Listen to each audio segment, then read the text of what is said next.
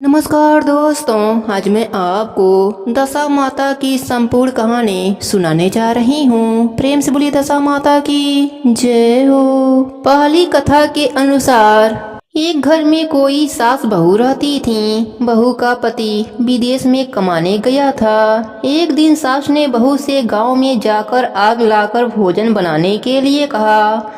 वह गांव में आग लेने चली गई, पर किसी ने उसे आग नहीं दिया और कहा कि जब तक दशा माता की पूजा न हो जाएगी आग नहीं मिलेगी। बहू बेचारी खाली हाथ घर लौट आई और सास के सामने कंडा पटक दिया और कहा कि गांव भर में दशा माता की पूजा है, इसलिए कोई भी आग नहीं देता। शाम को सास आग लेने के लिए गांव में गई। तब स्त्रियों ने उसे स्वागत पूर्वक बैठाया और कहा कि सवेरे बहू आई थी, परंतु हमारे वहाँ पूजा नहीं हुई थी, इसी कारण से आग नहीं दिया।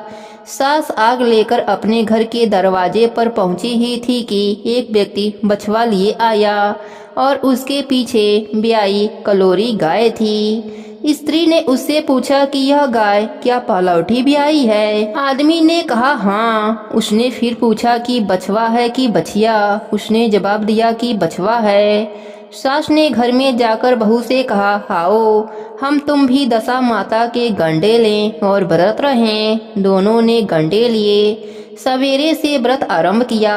9 व्रत पूरे हो चुकने के बाद 10वें गंडे की पूजा करी। सास बहू दोनों ने मिलकर गोल गोल बेले हुए 10-10 अर्थात कुल 20 फर्रे बनाए। 21वां एक बड़ा फर्रा गाय को दिया। पूजन करने के बाद सास बहू दोनों पारण करने बैठी। उसी समय बुढ़िया के लड़के ने विदेश से आकर दरवाजे पर आवाज लगाई। सुनकर माँ ने मन में कहा कि क्या हरज है, उसे जरा देर ठहरने दो, मैं पारण कर लूंगी तब किवाड़ खोलूंगी। परंतु बहू को रुकने का साहस न हुआ। अपनी थाली का अन्न इधर उधर झटके से फेंक कर पानी पीकर उठ खड़ी हुई। उसने जाकर किवाड़ खोल दिया। पति ने पूछा कि माता कहाँ हैं? स्त्री ने कहा कि वह तो अभी पारण कर रही हैं। तब पति बोला, मैं तेरे हाथ का जल अभी नहीं पीऊंगा, क्योंकि मैं 12 बरस में आया हूँ। इतने दिनों में न जाने तू कैसी रही। माता आएंगी, वह जल लाएंगी, तब मैं जल पीऊंगा। यह सुनकर स्त्री चुपचाप बैठी रही। माता पारण कर अपनी थाली धोकर पी चुकी। तब वह लड़के के पास गई। लड़के ने सादर पैर छुए। माता उसे आशीर्वाद देती हुई भीतर घर में लिवा गई। माता ने थाली परोस कर रखी। बेटा भोजन करने बैठ गया। उसने हाथ में प्रथम ग्रास लिया ही था कि फर्रों के वे टुकड़े जो बहू ने अपने थाली में से फेंक दिए थे वह उछल उछल कर उसके सामने आने लगे। उसने माँ से पूछा, यह सब क्या तमाशा है? माँ बोली, मैं क्या जानूं, बहू जाने। यह सब सुनते ही लड़का आग बबूला हो गया। वह बोला कि ऐसी बहू मेरे किस काम की, जिसके चरित्र की तू साक्षी नहीं है। उसको अभी बाहर करो। यदि वह घर में रहेगी तो मैं घर में नहीं रहूंगा। माता ने पुत्र को व्रत के पारण का सब हाल बताकर हर तरह से समझाया, परंतु उसने एक न मानी।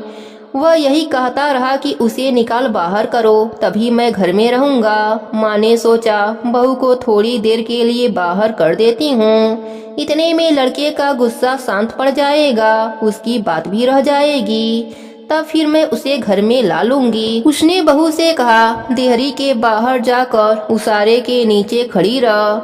जब बहू ओरी के नीचे खड़ी हुई तब उसारा बोला, मुझे इतना भार छानी छप्पर का नहीं है जितना तेरा है। दशा माता के विरोधी को मैं छाया नहीं दे सकती। तब वह वहां से चलकर घिरौची के पास गई। घिरौची बोली, मुझसे हटकर खड़ी हो, मुझे इतना भार घरों का नहीं है जितना तेरा है। वह वहां से हटकर घूरे पर जाकर खड़ी हुई। तब घूरा बोला, मुझे इतना भार सब कूड़ों का नहीं है जितना तेरा है, चल हटकर खड़ी हो। इसी तरह वह जहाँ भी जाती वहीं से हटाई जाती थी। इसी कारण वह अपने जी में अत्यंत दुखी होकर जंगल में भाग गई। जंगल में भूखी प्यासी फिरती फिरती एक अंधकूप कुएं में गिर पड़ी। गिरी सही पर उसे चोट नहीं आई। वह नीचे जाकर बैठ गई। उसी समय राजा नल उस जंगल में शिकार खेलते खेलते वहां आ पहुँचे। उनके साथ के सब लोग बिछड़ गए थे। वह प्यास के मारे भटकते हुए उसी कुएं पर आ पहुँचे। उसमें उक्त स्त्री गिरी हुई थी। राजा नल के भाई ने कुएं में लोटा डाला तो स्त्री ने उस लोटे को पकड़ लिया।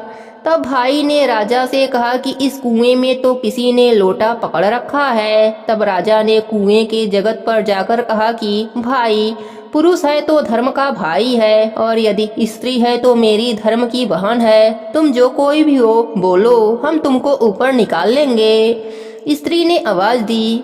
इस पर राजा ने कुएं से बाहर निकलवाया और वह उसे हाथी पर बैठाकर अपने राजधानी में ले आए। महाराज को शिकार से लौटकर महलों की ओर आते देखकर धावनों ने महारानी के पास जाकर खबर दी कि महाराज आ रहे हैं और एक रानी को भी साथ ला रहे हैं। रानी अपने मन में बहुत दुखी हुई। वह सोच रही थी कि इसी बीच महाराज सामने आ पहुँचे। तब रानी ने हाथ जोड़कर विनय करी, महाराज, मुझसे क्या बात बन पड़ी जो आप मेरे रहते दूसरा विवाह कर लाए हैं। इस पर नल ने हंसकर उत्तर दिया कि वह जो कोई आई है तुम्हारी सौत नहीं है, ननद है, मेरी बहन है। तुमको उसके साथ मेरी सगी बहन जैसा बर्ताव करना चाहिए। यह सुनते ही रानी का मुंह प्रशंसा से कमल की तरह खिल उठा। उसने कहा, अब तक मैं ननद का सुख न जानती थी। बहुत अच्छा हुआ जो भाग्य से ननद आ गई। राजा ने उसका नाम मुंह बोली बहन रखा और उसके लिए एक अलग महल बनवा दिया। उसी में वह आनंद से रहने लगी। इसी प्रकार सुखपूर्वक बहुत दिन बीत गए। एक दिन राजा की एक घोड़ी भी आई। तब राजमहल की स्त्रियां बधाई गाने लगीं। मुंह बोली बहन ने अपने दासियों से कहा कि बाहर जाकर देखो तो सही किस बात की बधाई बज रही है। उन्होंने बाहर से आकर कहा, महाराज की घोड़ी अच्छी घड़ी में एक बछड़ा भी आई है, उसी की बधाई गाई जा रही है। उसने पूछा, पहलौटी भी आई है या दूसरी तीसरी बार? उन्होंने जवाब दिया, पहलौटी ही है। तब उसने रानी के पास जाकर कहा कि आओ भावज, हम तुम दोनों दशा माता के गंडे लें। रानी ने पूछा, कैसा गंडा है और किसके गंडे हैं, सो मुझे समझाओ। तब वह बोली, भाई की एक घोड़ी पहले पहल बछड़ा भी आई है। दशा माता के व्रत का यही नियम है कि पहले पहल जब गाय या घोड़ी या स्त्री का प्रसव सुने तब गंडा लेकर व्रत आरंभ करें। 9 व्रत करने के बाद 10वें दिन गंडे का पूजन करके विसर्जन करें। इसी के साथ उसने पारण के पदार्थ और नियम बतलाए। तब रानी बोली, ननद, तुम्हारा व्रत तुमको फले। मैं पूरी और दूध की साड़ी खाने वाली रानी महारानी भला बनफरा गोरे की पपड़ी खाकर कैसे रह सकती हूँ? ऐसा खाना खाए मेरी बला। वह बोली, भाभी, मुझे तो चाहो सो कह लो, परंतु व्रत के संबंध में कुछ भी मत कहो। मैं इसी व्रत के कारण मारी मारी फिरी और तुम्हारे देश में आई हूँ। तब रानी ने उदासीनता के साथ कहा, मुझे क्या पड़ी है, तुमको रुचि तुम ही करो, मैं मना तो नहीं करती। वह स्त्री श्रद्धा पूर्वक गंडा लिया। 9 दिन तक 9 व्रत किए, 9 कथाएं सुनी। 10वें दिन विधिवत पूजन किया, गोला फर्रा बनाए और शाम को पारण करने बैठी। उसी समय उसके पति को कुछ अनायास प्रेरणा सी हुई और वह अपनी माता से आज्ञा लेकर घर से बाहर हो गया। घूमता फिरता वह राजा नल की राजधानी में जा पहुंचा और स्त्री का पता लगाने लगा। एक कुएं पे उसने औरतों को बातें करते सुना। एक बोली, राजा हाल ही में मुंह बोली बहन लाया है, वह बड़ी ही सुंदर स्त्री है, आजकल उसी का किया हुआ सब कुछ होता है। दूसरी बोली, वह सुंदर है, वैसे ही धर्मात्मा भी है, जब से आई है तभी से सदा व्रत खोल रखा है। जो उसके दरवाजे पर जाता है सादर इच्छा भर भिक्षा पाता है। तीसरी बोली, वह जैसी धर्मात्मा है वैसे ही सदाचारी भी है। चौथी बोली, वह जैसी सदाचारी है वैसा ही सर्वप्रिया भी है, भीतर बाहर से सभी लोग उससे खुश हैं। 5वीं बोली, यह तो सब है, परंतु अब तक न पता चला है कि वह कौन है, कहाँ से आई है। स्त्रियों की बात सुनकर वह साधु के भेष में राजा नल की मुंह बोली बहन के महल के द्वार पर जा पहुंचा। वहां जो उसने आवाज लगाई तो क्षेत्र के प्रबंधक कर्ता उसे भिक्षा देने लगे। उसने भिक्षा लेने से इनकार कर दिया और कहा, जब तक क्षेत्र देने वाली खुद आकर भिक्षा नहीं देगी तब तक मैं नहीं लूंगा। तब लोगों ने उससे कहा कि इस समय वह दशा माता का व्रत करके पारण कर रही है, जब निश्चिंत हो जाएंगी तब तुमको भिक्षा देंगी, तब तक ठहरो। वह चुपचाप बैठ गया। पारण कर लेने के बाद वह मुट्ठी में मोती भर के ले आई, परंतु सामने अपने पति को पल्ला फैलाए देखकर मुस्कुराती हुई लौट गई। दोनों ने एक दूसरे को अच्छी तरह पहचान लिया। रानी ने ननद को मुस्कुराते हुए देखा, फिर पूछा, जिस दिन से तुम आई हो आज तक मैंने तुमको कभी भी हंसते हुए नहीं देखा। आज इस परदेसी को देखकर क्यों हंस रही हो, इसका क्या कारण है? उसने उत्तर दिया कि वह परदेसी हमारे घर का ही है। रानी ने पूछा, तब वह ऐसे क्यों आए? उसने कहा, अभी वह मेरा पता लगाने आए हैं। रानी ने राजा से कहा, तुम्हारी मुँह बोली बहन के घर से लोग आए हैं। राजा ने कहा, उनसे कह दिया जाए कि अभी यहाँ से घर जाकर वहाँ से अपनी हैसियत से आए, तब मैं बहन की विदाई करूँगा। तब वह घर को वापस चला गया। उसने माता से कहा, तुम्हारी बहू राजा नल के वहाँ उनकी बहन होकर रहती है, नित्य सदा व्रत देती है और नियम धर्म से दिन बिताती है। तब माता ने आज्ञा दी कि तुम जाओ उसे लिवा आओ। वह डोली, पीनस वाले, कहार आदि यथाचित सज धज के साथ फिर से राजा नल के नगर में पहुंचा। राजा ने समधी की हैसियत से उसका स्वागत किया और कुछ दिन मेहमानी में रखकर विधि पूर्वक बहन की विदाई करी। जब वह महल से बाहर निकलकर चलने लगी तब महल भी उसके पीछे पीछे चलने लगा। तब रानी बोली, ननद जी तुम चली और मेरा महल भी ले चली, जरा लौटकर पीछे भी तो देखती जाओ। जो वहीं उसने लौटकर देखा त्यों ही राजा का संपूर्ण राशि वैभव लपसा लुप्त हो गया। वह स्त्री तो अपने पति के साथ जाकर आनंद के साथ रहने लगी, परंतु राजा नल का यह हाल हो गया कि वे राजा रानी दोनों कम थी कथरी ओढ़े फिरने लगे।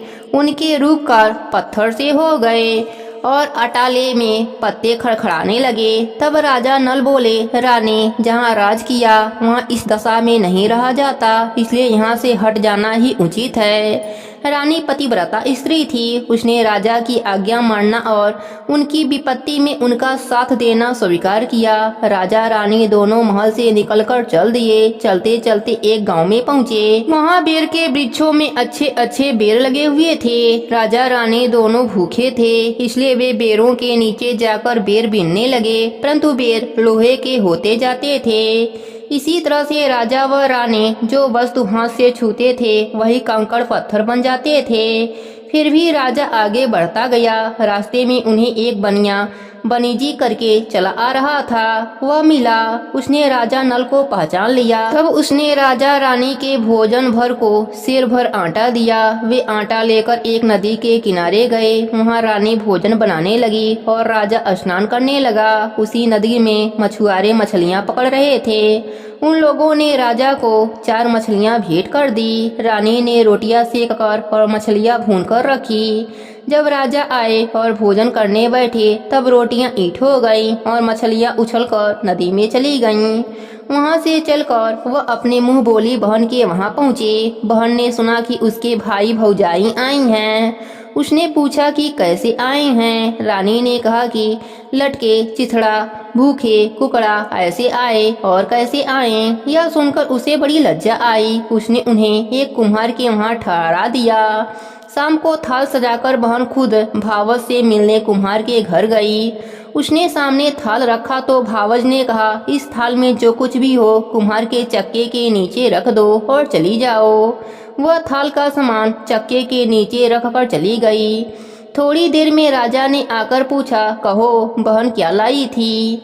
रानी ने कहा, आई तो थी पर कुछ लाई थी, मैंने इसी चक्के के नीचे रखवा दिया है।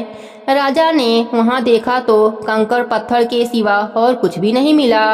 राजा समझ गया कि यह सब कुदशा के कारण है, भला वह मेरे लिए कंकड़ पत्थर क्यों लाएगी।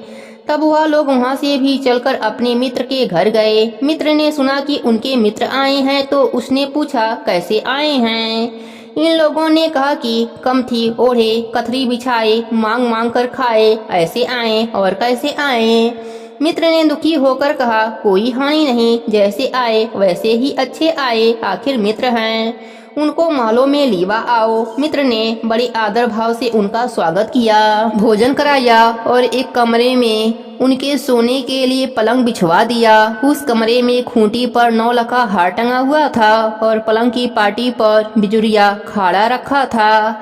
आधी रात के समय राजा सो गए। रानी उनके पैर दबाने लगी। उसने देखा कि हार वाली खूंटी के पास दीवार में एक मोर का चित्र बना है। वह हार को धीरे धीरे निकल रहा है और खाड़ा पलंग की पाटी में समा रहा है। रानी ने राजा को जगाकर यह दृश्य दिखाया। तब राजा ने कहा, यहाँ से चुपचाप भाग चलना ही चाहिए, नहीं तो सवेरे चोरी का कलंक लगेगा। तब मित्र को क्या मुंह दिखाऊंगा। निदान राजा रानी दोनों रात को ही उठकर भाग चले। राज दंपत्ति चलते हुए एक अन्य राजा की राजधानी में पहुँचे। वहाँ अतिथि और भिक्षुओं को सदा व्रत दिया जा रहा था। राजा रानी भी सदा व्रत लेने के लिए गए। उस समय सदा व्रत बंद हो चुका था। वहाँ के अधिकारियों ने कहा कि यह लोग न जाने कहाँ के अभागे आए हैं, उन्हें देने के लिए कुछ भी नहीं बचा, फिर भी उन्हें मुट्ठी मुट्ठी चना दे दो। इस प्रकार अनादर और कुवाक्य सहित दान लेना अस्वीकार करते हुए राजा रानी वहाँ के दीना अध्यक्ष की निंदा करते हुए बोले कि ऐसी कंजूसी है तो सदा व्रत देने का नाम क्यों करते हो। इस पर दीना अध्यक्ष ने कहा कि यह भिक्षुक बड़े ही घमंडी मालूम होते हैं, भीख मांगते हैं और गालियां भी देते हैं, इनको हवालात में बंद कर दो। इस तरह राजा रानी दोनों एक कोठरी में बंद कर दिए गए और मुट्ठी मुट्ठी चने दोनों को खाने के लिए दे दिए गए। जिस कोठरी में राजा रानी कैद थे उसी के सामने से एक आम रास्ता था। एक मेहत रानी राजा की घुड़सवार का पारकक उसी रास्ते से निकला करती थी। एक दिन बहुत बड़ी देरी से निकली। तब रानी ने पूछा, आज तुमने इतनी देरी कहाँ लगा दी। वह बोली, आज राजा की घोड़ी ब्याई थी, उसी की कहीं टहल में ज्यादा देरी हो गई। रानी ने पूछा कि घोड़ी पहली बार ब्याई है या दूसरी बार। मिहत रानी ने कहा, पहली बार। फिर रानी ने पूछा, बछड़ा हुआ है या बछड़ी। उसने जवाब दिया, बछड़ा हुआ है और अच्छी साइट में हुआ है। तब रानी ने राजा से कहा, एक बार मैंने तुम्हारी मुंह बोली बहन के गंडे का अनादर किया था, उसी दिन से अपनी ऐसी दशा हो गई, इसलिए आज मैं दशा माता का गंडा लेती हूँ। राजा ने कहा, सो तो ठीक है, परंतु यहाँ पूजा की सामग्री कहाँ से लाओगी, कैसे नियम धर्म को निभाओगी। रानी ने कहा, वही दशा माता सब कुछ करेंगी, मैं तो उन्हीं के नाम का गंडा लेती हूँ, फिर जो होगा देखा जाएगा। तब 9 तार राजा की पाग के और 1 तार अपने आंचल का लेकर रानी ने गंडा बनाया और उसी समय से व्रत ठान लिया। थोड़ी देर में राजा खुद घोड़ी का बछड़ा देखने के लिए उसी रास्ते से निकला।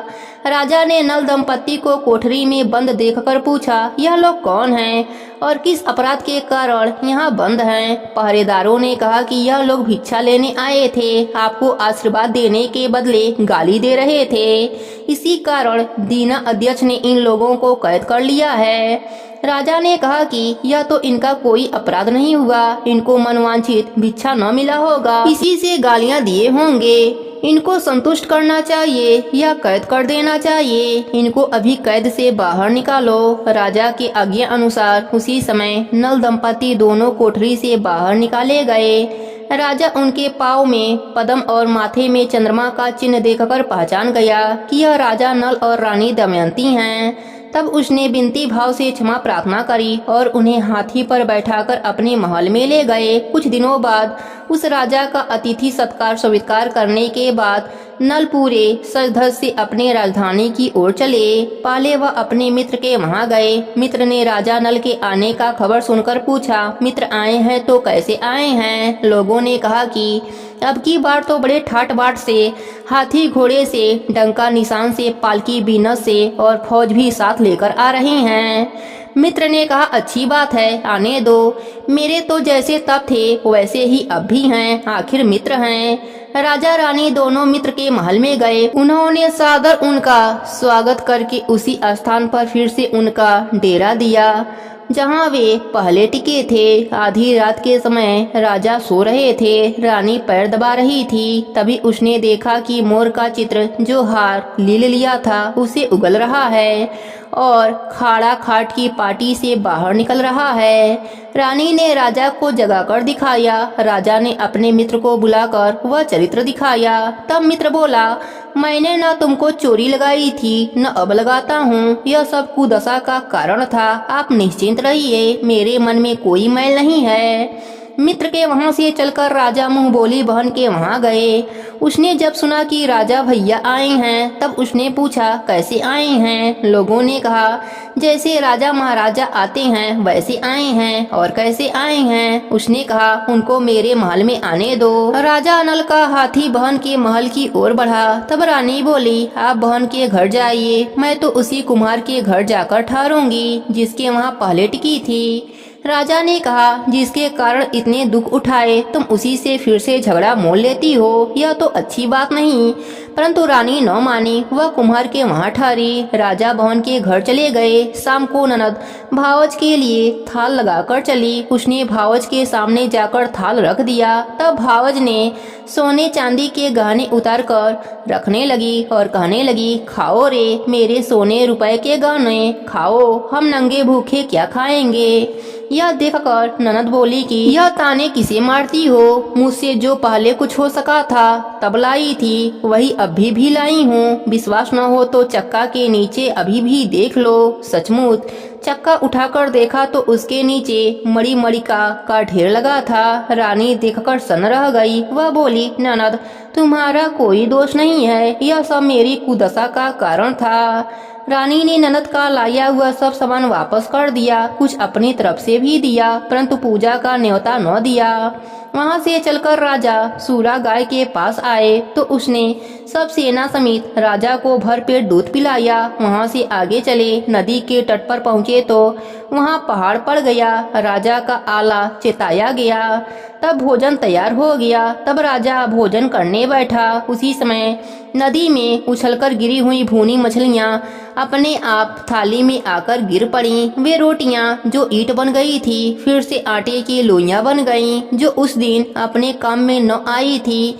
मैं यदि आपसे कहती कि मछलियां जल में उछल गईं और रोटियां ईंट हो गईं तो आप न मानते। इसी कारण मुझको बहाना बनाना पड़ा था। फिर वहां से सेना सहित राजा रानी आगे बढ़े। जब राजा नल की फौज अपनी राजधानी के पास पहुंची तब वहां के लोग घबरा गए। उन्होंने कहा कि अपने राजा तो विपत्ति में पड़े हैं, वह बाहर भटकते फिरते हैं या कोई शत्रु चढ़ आया है, इसका नजराना देखकर मिलना चाहिए। आज तो वे लोग हीरा मोती थाली में सजाकर राजा से मिलने गांव से बाहर आए।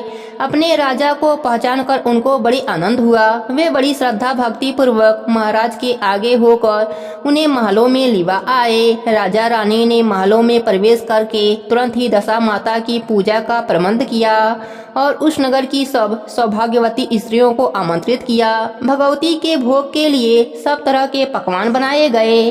आटे की बटी हुई 10 बतिया, 10 गुड़, शक्कर की गुड़िया और 10-10 अठाइसियाँ सुहागनों के आंचल में डाले गए। सुहागिनों का श्रृंगार आदि करके दशा माता की पूजा आरंभ हुई। कलश स्थापित होकर जोर दिया जलाया गया तो बत्ती ही न जली। तब पंडित ने विचार करके कहा कि यदि कोई न्योता पाने से रह गया है तो स्मरण किया जाए, उसके आने के बाद ही दीपक जलेगा। रानी ने कहा कि मैंने तो सभी को न्योता दिलवा दिया है, सिर्फ मुंह बोली बहन को न्योता नहीं दिया है।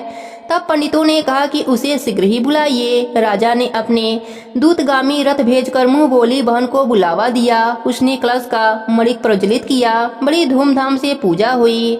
अंत में सुहागनों को भोजन कराकर विदा किया गया। उसी समय राजा ने हुक्म जारी किया कि अब से मेरी प्रजा के लोग दशा माता का व्रत किया करेंगे। हे भगवती दशा माता, जैसे आपने राजा नल के दीन फेरी वैसे ही अपने सभी भक्तों पर अपनी कृपा बनाए रखना। कहानी अधूरी हो तो पूरी करना, पूरी हो तो मान रखना, सबके व्रत को पूर्ण करना। प्रेम से बोलिए दशा माता की जय हो। दूसरी कथा के अनुसार एक राजा थे, उनकी दो रानियां थीं। जेठी रानी को कोई भी संतान न थी, किंतु छोटी रानी को एक पुत्र था। राजा छोटी रानी और उसके पुत्र को बहुत प्यार करता था। यह देखकर बड़ी रानी को डाह और ईर्ष्या होती थी। वह सौतिया डाह के कारण राजकुमार के प्राणों की प्यासी हो गई। एक दिन राजकुमार खेलता हुआ अपने बी माता के चौक में चला गया। बी माता ने उसके गले में एक काला सांप डाल दिया। राजकुमार की माता दशा माता का व्रत करती थी। वह लड़का दशा माता का दिया हुआ था।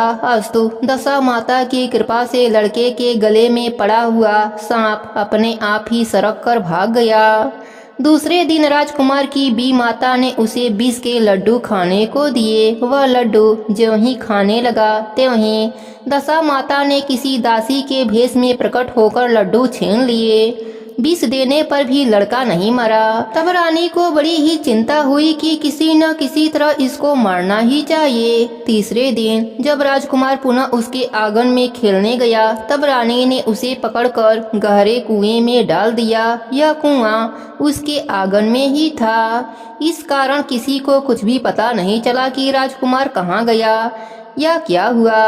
उत्तम जलाशय, शुद्ध स्वच्छ मकान तथा ऐसे ही दिव्य वस्तुओं में सदैव दशा माता का वास रहता है। बी माता ने राजकुमार के कुएं में डाला और दशा माता ने उसे बीच में ही रोक लिया। जब दोपहर का समय हुआ और कुंवर दिखाई नहीं दिया, तब राजा रानी को बड़ी चिंता हुई। जहाँ तहाँ लोग उसकी तलाश करने लगे। इधर दशा माता को इस बात की चिंता हुई कि राजकुमार के माता पिता उसके लिए व्याकुल हो रहे हैं। उसको उनके पास पहुंचाना ही चाहिए, परंतु पहुंचाएं तो किस प्रकार। राजकुमार को तलाश करने वाले लोग हताश होकर बैठ गए। राजा रानी पुत्र शोक में रोने लगे। तब दशा माता एक भिखारन के भेष में कुंवर को गले से लगाए हुए राजद्वार पर पहुंची। राजकुमार को एक वस्त्र में छिपाए भिखारन ने भिक्षा के लिए सवाल किया। तब सिपाहियों ने उसे दुत्कार कर कहा कि कहाँ तो राजा का राजकुमार खो गया है और ऐसे में तुझे भिक्षा की पड़ी है, चल हट यहाँ से। तब दशा माता बोली, भाइयों, पुण्य का प्रभाव बहुत बड़ा होता है। यदि मुझे भिक्षा मिल जाए तो संभव है कि खोया हुआ राजकुमार भी मिल जाएगा।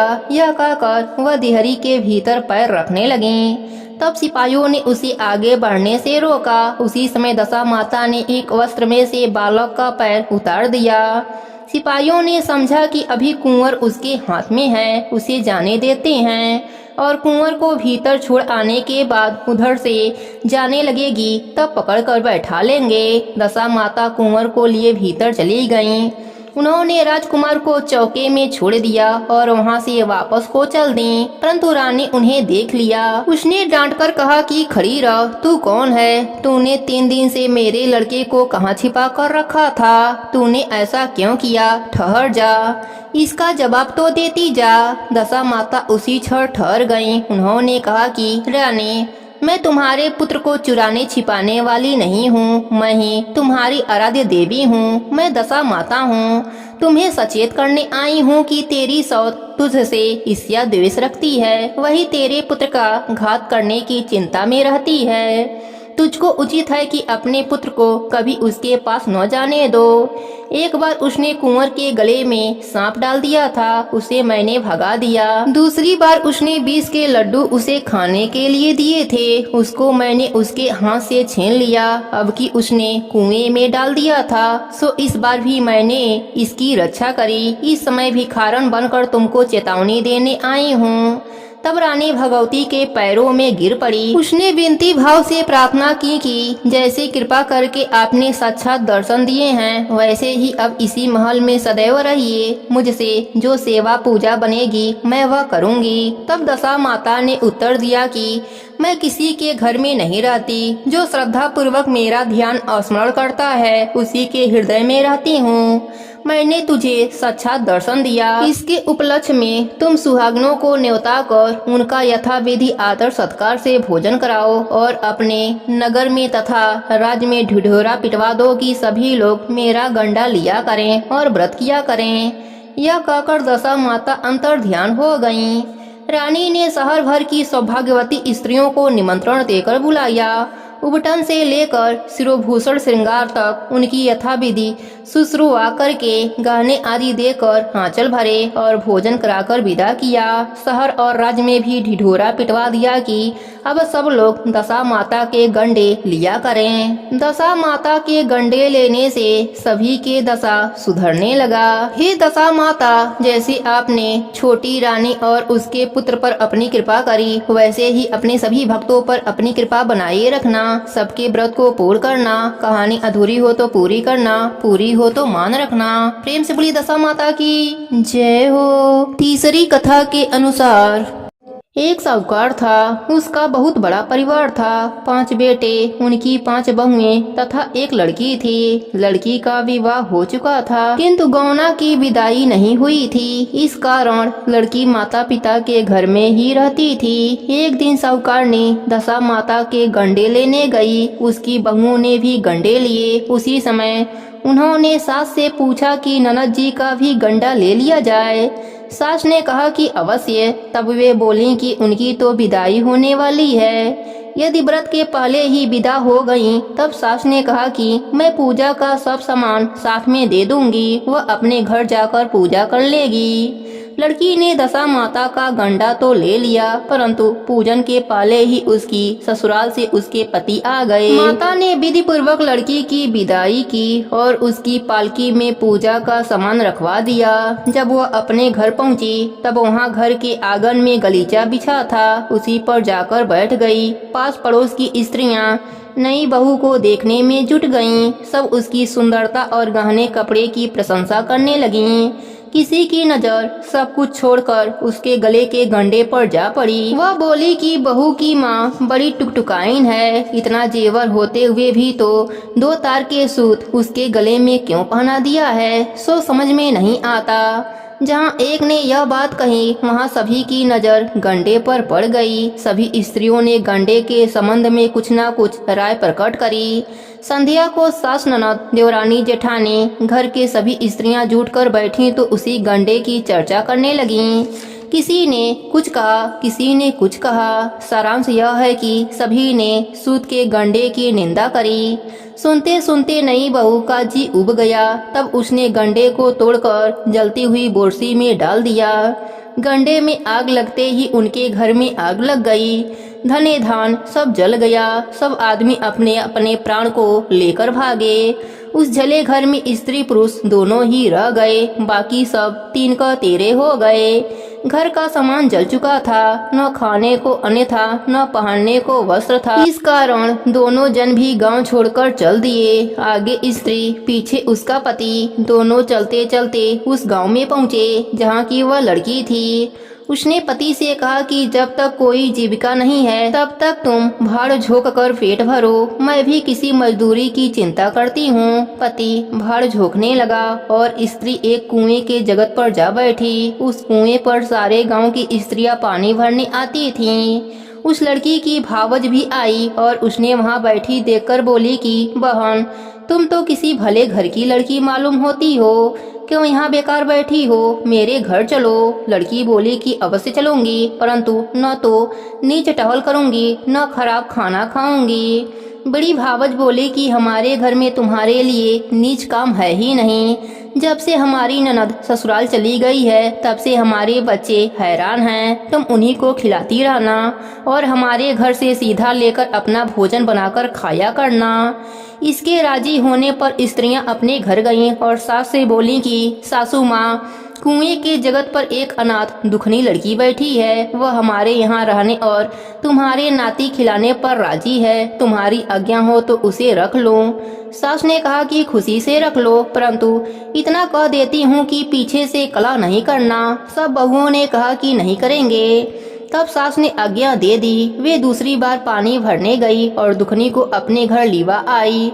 वह अपनी भावजों के लड़के बच्चे खिलाती और बना खाकर निर्वाह करती हुई रहने लगी। दैवात फिर से दशा माता के गंडे लेने का अवसर आया। सास ने कहा कि बहुओं आओ, सब बैठकर गंडा लें।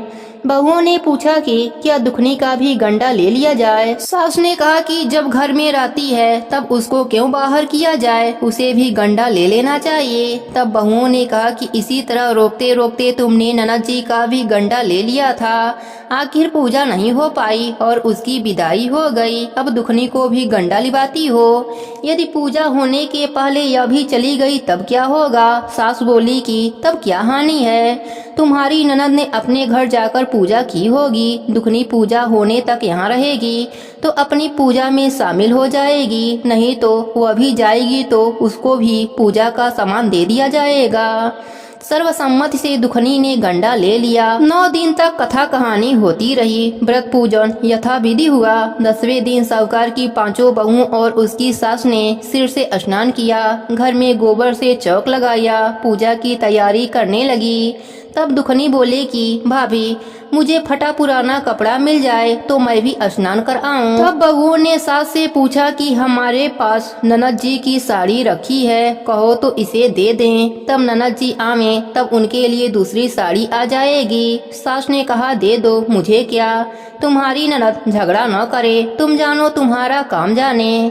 अपनी पुरानी साड़ी लेकर दुखनी स्नान करने चली गई। उसने सिर से स्नान करके साड़ी पहनी तो गीले बार बिखराए हुए घर आई। यहाँ पूजा होना आरंभ हो गया था। वहाँ ज्यों ही पूजा के पास आकर बैठी त्यों ही एक भावज ने कहा, यह दुखनी तो साक्षात ननद जी की उलाहना है। इस पर सास ने नाराज होकर कहा कि तुम लोग बड़ी चंचल हो, पूजा के समय भी बाकी बाकी बातें करते हो, चुप रहो, मुझे कथा कहने दो, तुम्हारी बातों में मैं कथा का सिलसिला भूल जाऊंगी। बहुएं चुप हो गए। दुखनी समेत घर की सब स्त्रियों ने पारण किया। फिर सब इकट्ठी बैठकर एक दूसरे का सिर गुथने लगे। एक ने दुखनी से कहा कि आओ मैं तेरा सिर गुथ देती हूँ। वह दुखनी का सिर गुथते हुए बोली कि जैसा गुथ इसके सिर में है वैसे ही गुथ हमारी ननद के सिर में भी थी। इस पर साहूकारनी क्रोधित होकर बोली कि मेरी लड़की अपने ससुराल में सुख देख रही होगी, उसकी तुलना तुम इस दुखनी से क्यों करती हो। सास ने बहू को धुतकार दिया, परंतु उसकी बात मन में लग गई। उसने दुखनी से कहा कि आज रात तुम मेरे पास रहोगी। रात को जब सब बहुएं सो गईं, तब बुढ़िया ने पूछा कि क्यों रे दुखनी, तेरे नैहर में कोई है भी या नहीं। उसने जवाब दिया कि ऐसे ही 5 भाई भौजाई तुम जैसी माँ और पिता भी हैं। पुनः बुढ़िया ने पूछा कि फिर क्या हुआ। वह बोली कि मैंने पाले नैहर में दशा माता का गंडा लिया था, उसका पूजन नहीं हो पाया था, ससुराल को विदा हो गई। वहाँ स्त्रियों ने मेरे गले के गंडा देखकर हंसी उड़ानी शुरू कर दी। तब मैंने उस गंडे को आग में डाल दिया। उसी गंडे के साथ सारा घर जलकर भस्म हो गया। सब लोग 3-13 हो गए। हम दोनों जन भागकर यहाँ चले आए। माता ने पूछा कि तेरा पति कहाँ है। दुखनी ने जवाब दिया कि वह तो भड़भूजे के वहाँ भाड़ झोंकता है। साहूकारनी अपनी लड़की को पहचान कर उसके गले से लगकर रोने लगी। उसके रोने का शब्द सुनकर 5 लड़के उसके पास आए। तब बुढ़िया ने कहा कि वह दुखनी कोई और नहीं तुम्हारी सगी बहन है, तुम्हारा बहनोई भूजे के वहाँ भाड़ झोंकता है। दशा माता के कोप से इसकी ऐसी गति हुई है। सवेरा होते ही 5 भाई भूजे के घर गए और जैसे तैसे बहनोई को पकड़कर घर लाए। उन्होंने उनका छौर कराकर स्नान कराया और उत्तम वस्त्र पहनाए। तब वह सुंदर साहूकार दिखाई देने लगा। कुछ दिनों ससुराल में रहकर जब वह अपने घर गया तब उसने देखा कि घर के सब लोग पहले की तरह सुख से हैं। इसके बाद वह ससुराल आया। तब उसके सास ससुर ने दुखनी को उसके साथ विदा कर दिया। दुखनी अपनी दशा पर विचार करती हुई जब ससुराल जा रही थी तब मार्ग में उसे एक नदी मिली। उस नदी में स्नान करके अप्सराएं दशा माता का गंडा ले रही थीं। उनका एक गंडा अधिक था। उनमें से एक बोली कि यदि इस डोली में कोई उच्च वर्ग की स्त्री हो तो उसी को गंडा दे देना चाहिए। उन्होंने डोली के पास जाकर पता लगाया और दुखनी को गंडा दे दिया। जब दुखनी घर पहुंची तब उसकी सास सूप सजाए, ननद कलश लिए और देवरानी जेठानी अन्य मांगलिक वस्तुएं लिए उसका स्वागत करने लगीं। नेक दस्तूर हो चुकने के बाद दुखनी ने आसन बैठते ही कहा कि तुम लोगों ने तब की बार दशा माता के गंडे की निंदा की थी, इसलिए सबका बिछोड़ हुआ और घर का धन धान्य स्वाहा हो गया। राम राम करके ठिकाने लगे हैं। अब की कोई मेरे गंडे की चर्चा न करना, तब मेरा व्रत हो, तब श्रद्धा पूर्वक पूजा करना। सबने खुशी से उसकी बात मान ली। 9 दिन कथा कहानी हुई। 10वें दिन विधि से गंडे की पूजा हुई। 7 सुहागनें न्योती गईं। महावर आदि से उनका श्रृंगार करा के आंचल भरे गए। इस प्रकार खुशी से दशा माता का पूजन हुआ। हे दशा माता, जैसे आपने दुखनी की दशा फेरी, वैसे ही सब पर अपनी कृपा बनाए रखना। सबके व्रत को पूर्ण करना। कहानी अधूरी हो तो पूरी करना, पूरी हो तो मान रखना। प्रेम से बोली दशा माता की जय हो। चौथी कथा के अनुसार एक राजा था। उसकी रानी बड़ी ही सुकुमार थी। वह फूलों की सेज में सोया करती थी। एक दिन फूलों की सेज में एक कच्ची कली बिछ गई। उस रात्रि रानी को नींद नहीं आई। राजा ने पूछा, प्रिय, आज तुमको नींद क्यों नहीं आई? क्या कोई पीड़ा है? तब रानी बोली कि आज सेज पर एक कच्ची कली रह गई है। वह मेरे शरीर में गड़ती है, इसी से नींद नहीं आई। उसी समय ज्योति स्वरूप दीपक हंसने लगा। यह देखकर राजा ने हाथ जोड़कर ज्योति स्वरूप से प्रार्थना करी कि स्वामी, आप क्यों हंस रहे हैं? कृपया करके इसका भेद बताइए। ज्योति स्वरूप ने पुनः हंसकर उत्तर दिया कि अभी तो रानी कच्ची कली के कारण उसकती पुसकती है। कल सवेरा होते ही जब सिर पर बोझ ढोएगी तब क्या होगा? राजा ने पूछा, क्या मेरे देखते मेरे जीते जी ऐसा संभव है? तब दीपक ने दृढ़ता पूर्वक उत्तर दिया, हाँ संभव है, तुम्हारे जीते जी ही संभव है। ज्योति स्वरूप की ऐसी भविष्यवाणी सुनकर राजा ने अपने मन में कहा कि देववाणी असत्य नहीं हो सकती। रानी को अवश्य बोझा ढोना पड़ेगा, परंतु हो सकता है यदि मैं इनको जीते जी समुद्र में बहा दूं तो संभव है कि यह बोझा ढोने से बच जाएंगी, क्योंकि जब समुद्र में वह डूब जाएंगी तब बोझा कौन ढोएगा? राजा ने उसी समय रानी से कहा, चलो हम तुमको नैहर भेज आते हैं, कुछ दिन तुम वहीं पर रहना। रानी ने कहा कि मेरे नैहर में तो कोई भी नहीं है, वहाँ किसके साथ रहूंगी? राजा ने जवाब दिया कि तुमको मालूम नहीं है कि तुम्हारे गोत्रज संबंधी बहुत अच्छी दशा में हैं, उन्हीं के पास तुमको भेज रहा हूँ। रानी नैहर जाने को तैयार हो गईं। उसने राजा के आज्ञा अनुसार बहुमूल्य आभूषणों से अपने को संवार कर तैयार किया। तब राजा ने उन्हें संदूक में बैठाकर नदी में बहा दिया। वह नदी समुद्र में ऐसी जगह जाकर मिलती थी जहां उस राजा के बहनोई का राज्य था। समुद्र में मोती की सीपें निकाले जाने का राजा का ठेका था। रानी का संदूक बहता हुआ जब उस जगह पहुंचा, तब राजा ने मल्लाहों को हुक्म देकर संदूक को पानी से बाहर निकलवा दिया और उसे महल में भेजकर हुक्म जारी किया कि इस संदूक को अंदर मेरे सोने के कमरे में रख दिया जाए, जब तक मैं न आऊं उसे कोई भी न छुए। राजा के शयनगार में संदूक पहुंचते ही रानी ने सुना कि राजा ने समुद्र में एक संदूक पाया है। तब वह फौरन उसे देखने के लिए चली गईं। उस समय पहरेदार वहां से हट गया था।